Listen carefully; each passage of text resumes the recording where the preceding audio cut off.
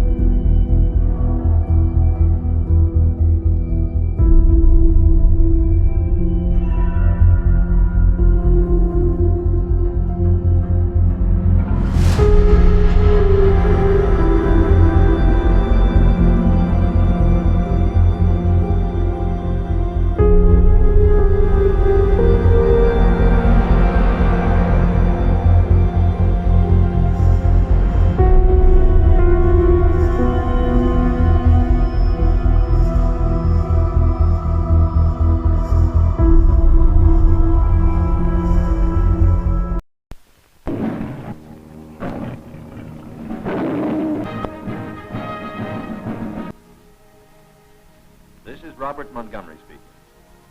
From the nation's capital has come a new epic of American courage and sacrifice, America's greatest adventure in polar exploration.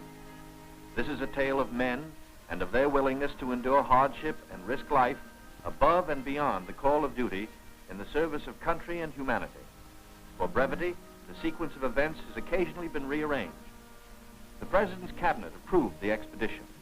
As Secretary of the Navy, James V. Forrestal explains the reasons for the enterprise. There is only one untouched reservoir of raw materials left in the world, and that's in the region known as Antarctica, an area larger than the combined area of the United States and Europe. An area larger than the combined area of the United States and Europe.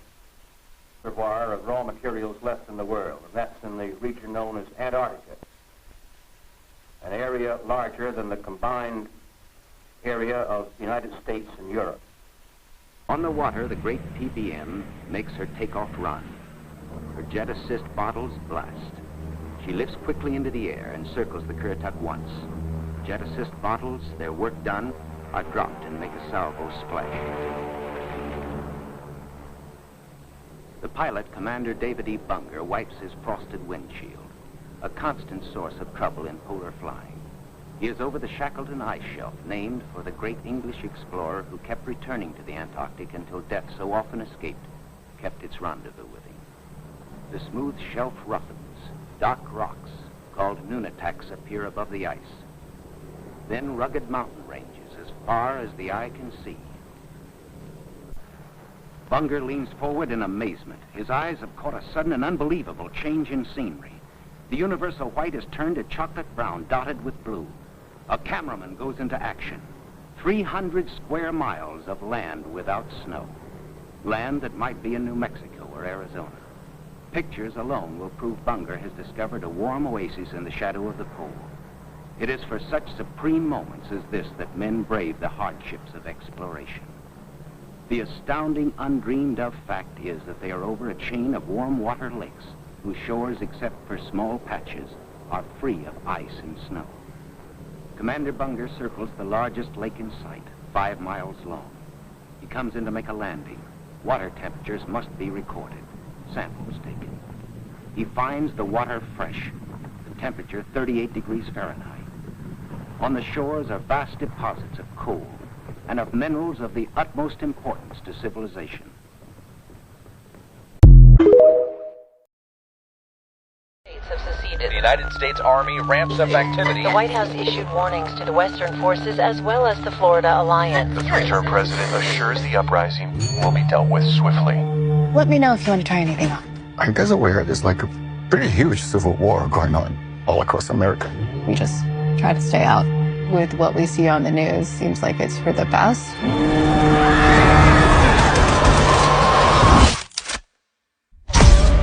Citizens of America, The so-called Western forces of Texas and California have suffered a very great defeat at the hands of the United States military. Mr. President, do you regret the use of airstrikes against American citizens? We're moving to D.C. today. We need to go down there. They shoot journalists on sight in the Capitol. Every instinct in me says this is death. What? Every time I survived the war zone, I thought I was sending a warning home. Don't do this. But here we are. There's some kind of misunderstanding here. What? Well, you're American, okay? Okay. What kind of American are you? You don't know? The Western forces will reach the White House on July 4th. Oh my God. Get in the car! Get in the car! Move, move, move! You're gonna hang back. I'm not hanging back. One nation under God, indivisible, with liberty and justice for all. Go, go, go, go, go!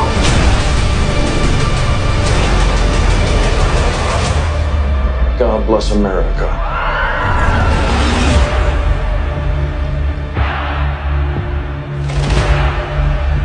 The first thing a lot of people say is, where's the edge? Well, look at this map where Antarctica is a 360-degree ice barrier that holds the water in. These ice walls are real, and they stand 150 feet above the surface of the water.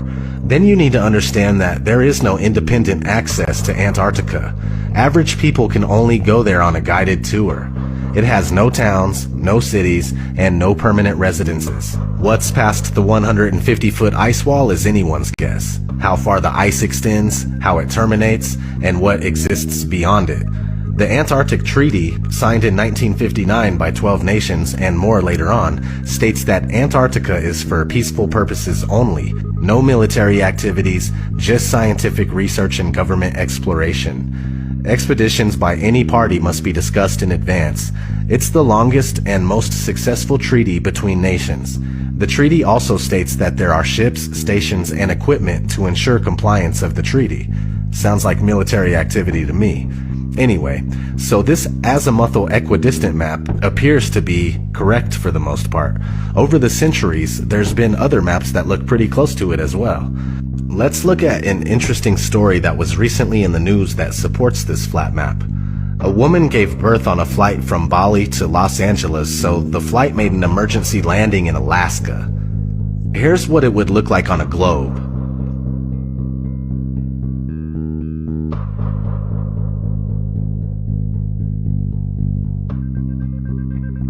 Now, here's what it would look like on a flat Earth.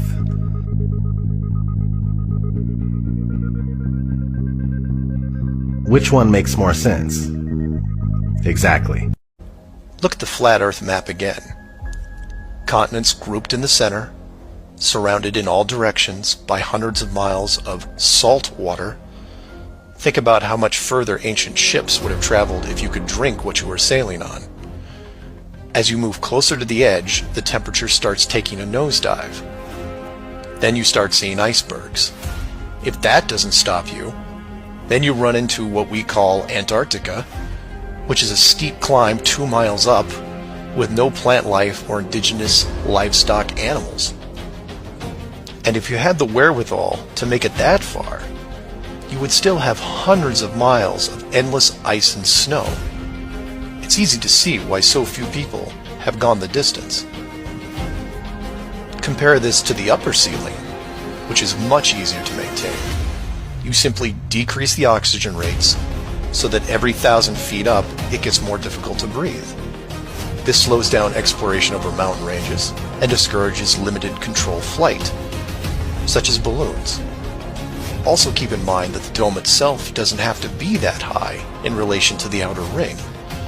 With commercial aircraft capping out at 10 miles and rockets less than 400, The dome would actually look more like a stadium roof, depending on how you wanted to display things like the sun, moon, and stars.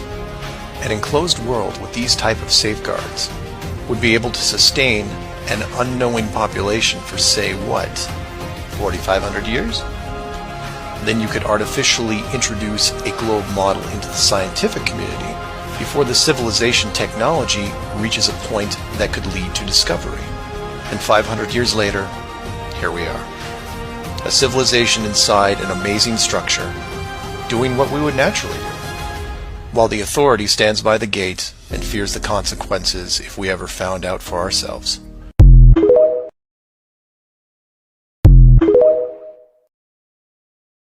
The average person believes the world is a globe is because of the globular Earth images and video footage provided by NASA and other space agencies. Hundreds of such pictures and thousands of videos featuring a globe Earth are freely available on the internet, yet most people never critically examine them with a skeptical eye. From the earliest photographs to the latest live streams, NASA and the world's other space agencies continue to be exposed for their Hollywood-style trickery. When conscientiously compared, contrasted, and investigated for inconsistencies, it turns out every single image and video showing a globular Earth has been manipulated in some way. All globe videos, for example, are achieved using either a fisheye lens to curve the horizon or created completely through CGI technology. One clear instance of the latter is NASA's 1990 time-lapse video of Earth supposedly filmed by their Galileo space telescope from 1.3 million miles away. This video features the Earth globe spinning in space uncut for 25 hours and shows the exact same clouds present without ever dissipating, changing shape or location the entire time. In reality, if you watch clouds in the sky for several minutes, three things will inevitably happen. The clouds will all move, some will morph, gradually changing shape, and others will dissipate and disappear completely. In NASA's official footage of the spinning ball Earth, however, the entire world's cloud cover doesn't dissipate, morph, or move for 25 hours, which is, of course, impossible, and proof of fakery. A good example of fisheye lens fakery is the famous 2012 GoPro Red Bull jump, where skydiver Felix Baumgartner was lifted to a record-breaking 128,000 feet in a stratospheric balloon, then jumped back to Earth. 7 GoPro cameras on the outside of the craft and strapped to Felix himself recorded the entire ascent and descent. Astute observers will notice that from ground level all the way up to the 24-mile apex, the horizon is significantly curved and remains equally so for the entire ascent. This is because the curve is artificial and being caused by the GoPro camera's standard-issue fisheye lens. Once Felix reaches his peak altitude and the door of his craft opens, an inside camera mounted behind him without a fisheye lens reveals the truth, showing a perfectly flat horizon still at eye level, 128,000 feet high. As for the hundreds of supposed photographs available of the globe, NASA readily admits that these are composite images and not actual photographs. They claim the composites are made by taking strips of data sent from satellites, spliced together in Photoshop, and colorized for the final creation. NASA's senior program analyst and lead data visualizer, Robert Simon, admitted in an interview that they are photoshopped because they have to be. When compared side by side and viewed with a discerning eye, the inconsistencies become obvious. The coloration of the land and oceans and relative size of the continents drastically changes between images, and they often feature far too little land mass for 50% of a globe. Several of NASA's blue marble Earth images have repeat instances of exact cloud patterns clearly copied and pasted into place. Computer enhancements done on Earth images taken during the Apollo missions also show similar photo trickery. When hues are removed from the black backgrounds and brightness enhanced, distinct rectangular artifacts appear around the globe where they were pasted in, again proving them to be doctored composites. Furthermore, When NASA's Earth pictures are compared with those from the Russians, Chinese, and other space agencies, the differences become evident, and the fact that they are all simply Photoshop images becomes obvious. If NASA and the world space agencies could provide real, legitimate photographs and videos of a globe, they most certainly would. So the fact that they continue producing and pumping out nothing but fisheye fakery and CGI cartoons is strong evidence that Earth is not what they claim. 3. Water.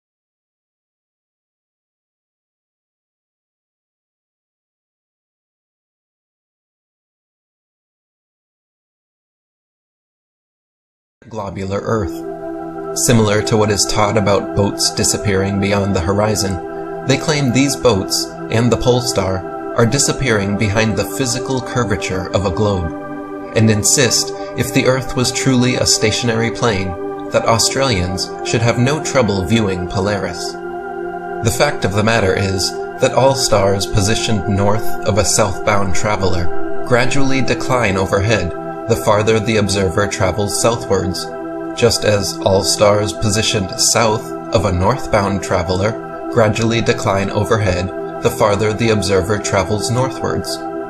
Likewise, all stars located north of a northbound traveler gradually rise overhead the farther the observer travels northwards, while all stars located south of a southbound traveler gradually rise overhead the farther the observer travels southwards. This phenomenon has absolutely nothing to do with the supposed curvature of a globe, and everything to do with the law of perspective, which dictates that the angle and height at which an object is seen diminishes the farther one recedes from the object, until at a certain point the line of sight and the seemingly uprising surface of the Earth converges to a vanishing point, in this case the horizon line, beyond which the object becomes invisible. Thomas Winship wrote, "If we select a flat street a mile long, containing a row of lamps, it will be noticed that from where we stand, the lamps gradually decline to the ground, the last one being apparently quite on the ground. Take the lamp at the end of the street and walk away from it 100 yards, and it will appear to be much nearer to the ground than when we were close to it. Keep on walking away from it, and it will appear to be gradually depressed until it is last seen on the ground and then disappears. Now, according to the astronomers, the whole mile was only depressed about 8 inches from one end to the other, so that this 8 inches could not account for the enormous depression of the light as we recede from it. This proves that the depression of the pole star can and does take place in relation to a flat surface, simply because we increase our distance from it, the same as from the street lamp. In other words, the further away we get from any object above us, as a star for example, the more it is depressed, and if we go far enough, it will sink, or appear to sink, to the horizon, and then disappear. Furthermore, globe earthers always mention visibility issues specifically with Polaris, because it can only be seen by observers north of the equator, which could seemingly fit their narrative of disappearing due to curvature. Many other stars and constellations, however, are visible for a much wider spectrum of observers, far beyond what would be possible on a globe. For instance, Ursa Major, very close to Polaris, can be seen from 90 degrees north latitude, the North Pole, all the way down to 30 degrees south latitude. The constellation Vulpecula can be seen from 90 degrees north latitude all the way to 55 degrees south latitude. Taurus, Pisces, and Leo can be seen from 90 degrees north all the way to 65 degrees south. Aquarius and Libra can be seen from 65 degrees north to 90 degrees south. The constellation Virgo is visible from 80 degrees north down to 80 degrees south, and Orion can be seen from 85 degrees north all the way to 75 degrees south latitude. Observers on a ball Earth, regardless of any supposed tilt or inclination, should not logically be able to see this far, and once again